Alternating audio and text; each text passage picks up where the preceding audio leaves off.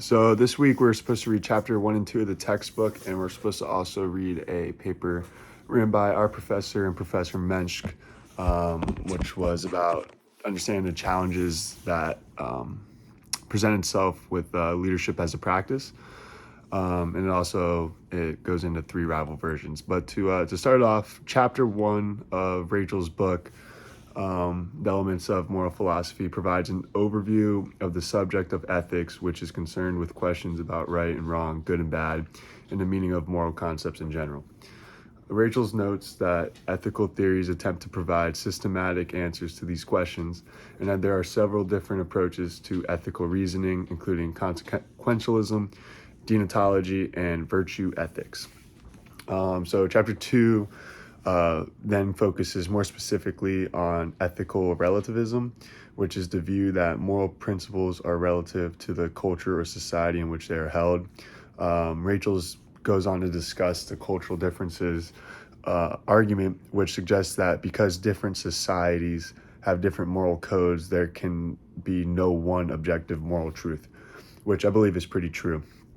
He also considers the individual differences in every argument, which suggests that because people have different beliefs about right and wrong, there can also be no objective truth as well.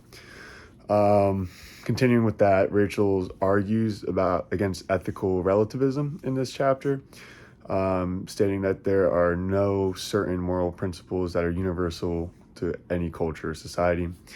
He also provides examples such as prohibition against murder and the requirement to keep promises. Rachel's also criticizes the idea that cultural differences and individual differences necessarily mean that there can be no objective moral truth. So going into the article, the article discusses mainly about leadership as a practice and its issues. Leadership as a practice is an approach that emphasizes the joint accomplishment of leadership, ongoing encounters, and embodied practices as well.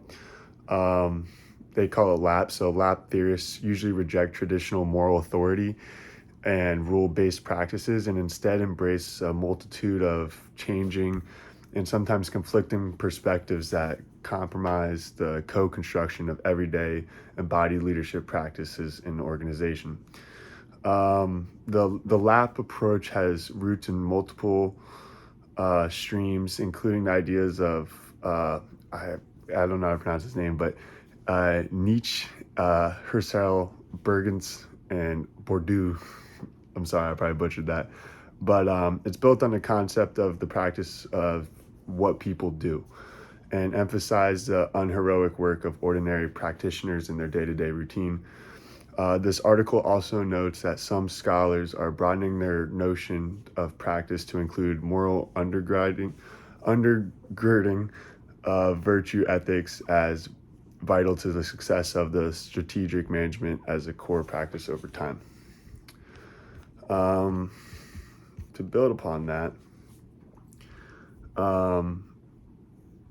the 3 rival versions of moral inquiry are essential to understand prior to arguing for any specific version as having underlying moral philosophy essential to LAP.